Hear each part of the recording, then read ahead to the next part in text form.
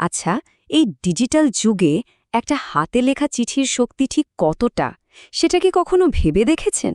যখন সবকিছু এক ক্লিকে হয়ে যায় তখন একটা ব্যক্তিগত চিঠি কিন্তু একটা অমূল্য উপহারের চেয়ে কম কিছু নয়। চলুন আজ আমরা একটু শিখে নিই কিভাবে শব্দ দিয়ে এমন একটা উপহার তৈরি করা যায় যা শুধু খবর নয়, আপনার মনের আবেগটাও প্রিয়জনের কাছে পৌঁছে দেবে। প্রশ্নটা দেখতে খুব সাধারণ মনে হলেও এর উত্তরটা কিন্তু বেশ গভীর। ভাবুন তো, কালি আর কাগজের এই সহজ মেলবন্ধন কিভাবে একজনের দিনের সেরা মুহূর্ত হয়ে উঠতে পারে। আসল রহস্যটা কিন্তু শুধু কি লিখছি তার মধ্যে নেই, বরং কিভাবে লিখছি তার প্রত্যেকটা ধাপে লুকিয়ে আছে। চলুন পুরো ব্যাপারটাকে একটা সুন্দর গিফট বক্সের মতো করে ভাবি। চিঠির ঠিকানা, তারিখ, সম্ভাষণ এগুলো হলো সেই গিফট বক্সের ঝকঝকে র্যাপিং পেপার আর রিবেন। আর চিঠির ভেতরে আপনার লেখা কথাগুলো, ওটাই তো হলো বাক্সের ভেতরে যত্ন করে রাখা আসল উপহারটা। এই আইডিয়াটা মাথায় রাখলে চিঠি লেখা আর কঠিন মনে হবে না, বরং একটা আর্ট মনে হবে। তো এই পারফেক্ট উপহারটা তৈরি করার জন্য আমাদের মোট ৬টা ধাপ দেখতে হবে। প্রত্যেকটা অংশকে যদি আমরা যত্ন করে সাজাই তাহলে একটা সম্পূর্ণ আর সুন্দর চিঠি তৈরি হয়ে যাবে। চলুন তাহলে এক এক করে প্রত্যেকটা ধাপে ডিটেলস জেনে নেওয়া যাক। উপহারটা তো দেবেন, কিন্তু তার আগে তো সুন্দর করে র্যাপিংটাও করতে হবে, তাই না? ঠিক সেভাবেই চিঠির আসল কথা লেখার আগে এর বাইরের অংশগুলো মানে হেডিং আর স্যালিউটেশনকে একদম নিখুঁত করতে হবে, কারণ এটাই কিন্তু যে চিঠিটা পাবে তার কাছে আপনার চিঠির ফার্স্ট ইমপ্রেশন তৈরি করবে। আমাদের গিফটের র্যাপিংয়ের প্রথম অংশ হল হেডিং। এটা সবসময় বসবে কাগজের একদম ওপরের ডান দিকে।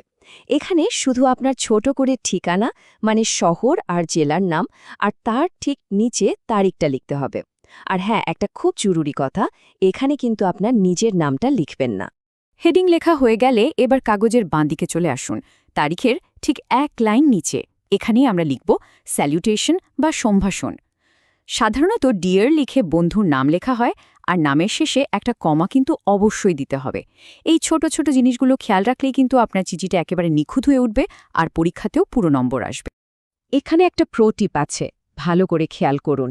যদি বন্ধুর নির্দিষ্ট নাম না লিখে ডিয়ার ফ্রেন্ড লেখেন, তাহলে ডিয়ারের ডি আর ফ্রেন্ডের এফ দুটোই কিন্তু ক্যাপিটাল লেটার বা বড় হাতের অক্ষরে লিখতে হবে। এটা কিন্তু খুব কমন একটা ভুল, যেটা অনেকেই করে ফেলে। র্যাপিং পেপার খোলার পালা শেষ, এবার আসল উপহারটা দেখার সময়। আমরা এখন চিঠির একেবারেই হার্টে ঢুকব, মানে এর বডি বা মূল অংশে। এখানেই আপনার সব ভাবনা, অনুভূতি আর খবর শব্দ হয়ে ফুটে উঠবে। চিঠির মূল অংশটাকে সুন্দরভাবে সাজানোর জন্য একটা খুব সহজ ৩ প্যারাগ্রাফের ফর্মুলা আছে। প্রথম প্যারাগ্রাফে কেমন আছে না আছে জিজ্ঞেস করা, দ্বিতীয়টায় আসল কথাটা ডিটেলসে বলা, আর তৃতীয় প্যারাগ্রাফে বাড়ির অন্যদের খোঁজ খবর নিয়ে চিঠিটা শেষ করা। এই সহজ ফর্মুলাটা মাথায় রাখলে দেখবেন লেখাটা কি সুন্দর গুছিয়ে ফেলা যায়। চিঠির শুরুটা সবসময় একটু উষ্ণ আর আন্তরিক হওয়া উচিত, যেটা পড়লেই মনটা ভালো হয়ে যায়।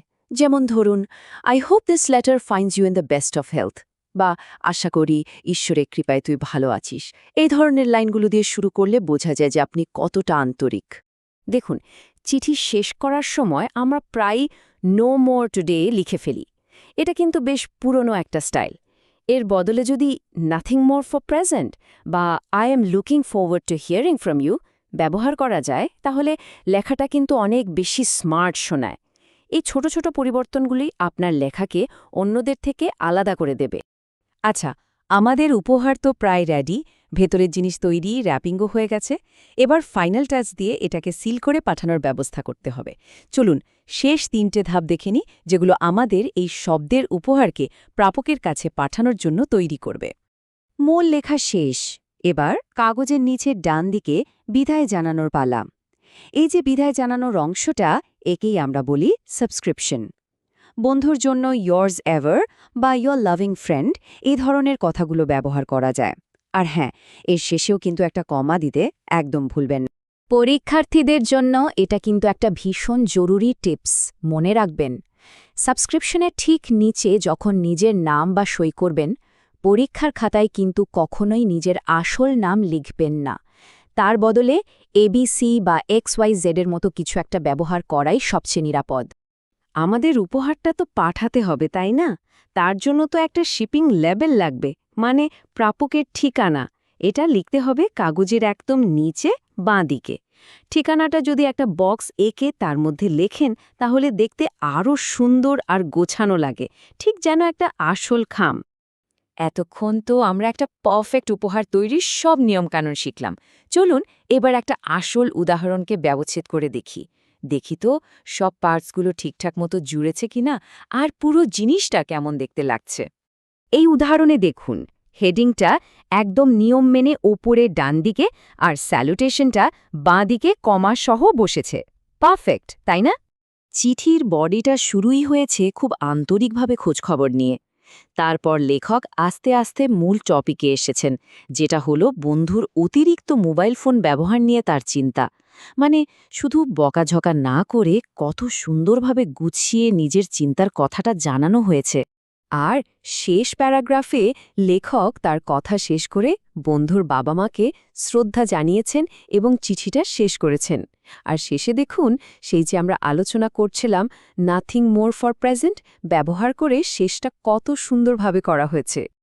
এবং সবশেষে ডান দিকে সাবস্ক্রিপশনের সই আর বাঁদিকে প্রাপকের ঠিকানার জন্য ওই সুন্দর বাক্সটা। ব্যাস, চিঠি কমপ্লিট। দেখুন প্রত্যেকটা অংশ নিজের নিজের জায়গায় বসে কি সুন্দর একটা সম্পূর্ণ রূপ দিয়েছে। তাহলে ব্যাপারটা কি দাঁড়ালো? একটা চিঠি কিন্তু শুধু কয়েকটা নিয়ম কানুনের সমষ্টি নয়। এর কাঠামোটা হলো একটা ছবির ফ্রেমের মতো, কিন্তু এর ভেতরে থাকা আপনার শব্দগুলোই হলো আসল শিল্প, যা দুটো মনের মধ্যে একটা সংযোগ তৈরি করে। তো উপহার তৈরির সব কৌশল তো এখন জানা হয়ে গেল। এবার ভাবুন তো, আপনার মনের কথাগুলো দিয়ে তৈরি এই সুন্দর উপহারটা আপনি প্রথম কাকে পাঠাবেন?